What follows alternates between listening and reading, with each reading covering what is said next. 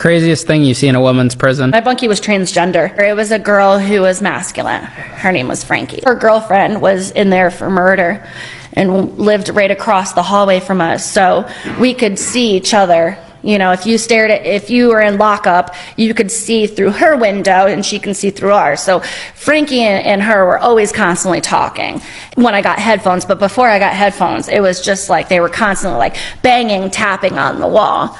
And I didn't realize why they were doing it. Well, in between, when there was breaks, they were making a woman's toy. They were making a dildo. Pretty much. And Frankie said, hey, listen, I'm going into the bathroom with my girl. Do me a solid and give me 15 minutes with my girl. How are you getting money in prison? Do you have a prison hustle at all? I'm a really great braider, so I braid hair. How do you get paid for your prison hustles? What's the currency in a woman's prison? Some people do food. Like when I would braid hair, I would say, hey, listen, if you're making food, throw me a plate. Or let me use your TV for an hour. Or let me borrow your headphones. Or if you have phone time from 7 to 7:40, let me switch with you so you have the later slot and I have the beginning slot. So it all depends. Or you call home and tell your mom to put 20 bucks on my book and I will do your hair for the rest of the month. Or, you know, it just all depended on what you wanted, how much of it you wanted, and how much you were willing to spend. If you saw someone like me on the yard, white, nerdy kid, maybe a little chubby, young looking, what do? What's your reaction? Everybody's going to go through a paperwork check. I'm going to check your paperwork just like I'm going to check the dude who comes in with face tats, tatted all down the back of his head, saying he's a gang member. I don't care. You're going to get paperwork checked. What's the process of checking paperwork? Walk me through a situation. I would walk up with my paperwork. I would put it down on the table. I would say, this is my paperwork. This is what I'm here for. I need to see your paperwork right now. How long did they have to show their paperwork? Immediately. You are not allowed to wear contact lenses inside federal prison. If you're blind, like me, and need glasses, you have three options. One, you're allowed to keep the pair of glasses that you came off the street with when you got sentenced to prison. And if they happen to be a designer pair, like Ray-Ban or Nike or Gucci or anything like that, inmates will buy them from you for hundreds of dollars.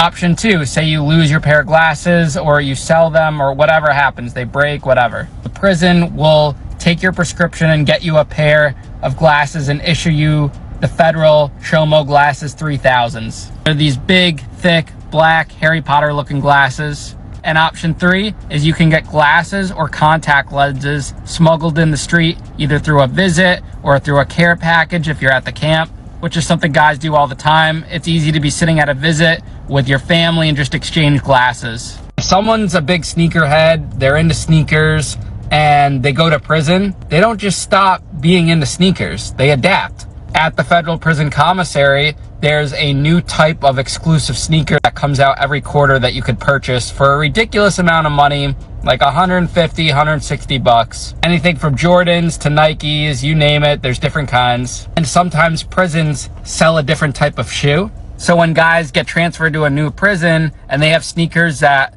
weren't sold on that compound before, those sneakers could sell for hundreds of dollars. Because of the variation of different types of sneakers all over the prison system, when sneakers get smuggled in at the prison camp and then moved around throughout the system, it's hard to tell whether or not they came from the street. So the COs don't give you a hard time about it. And for the guys that collect sneakers, instead of keeping them in boxes, they're keeping them in garbage bags under their bed. That's kind of crazy to find out. You can still wear Jordans and stuff up in prison and all these things you can do to make money. I mean, if you really think about it, it's the same thing outside and inside, just for the curfew. And some crazy lunatics in there.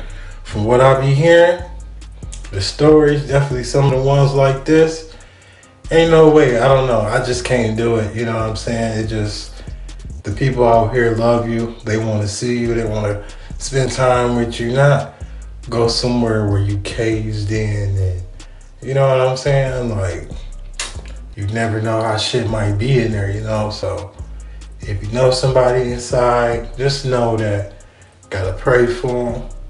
Whatever you do to send positive energy their way, just so they can make it if they got that time to be able to come out.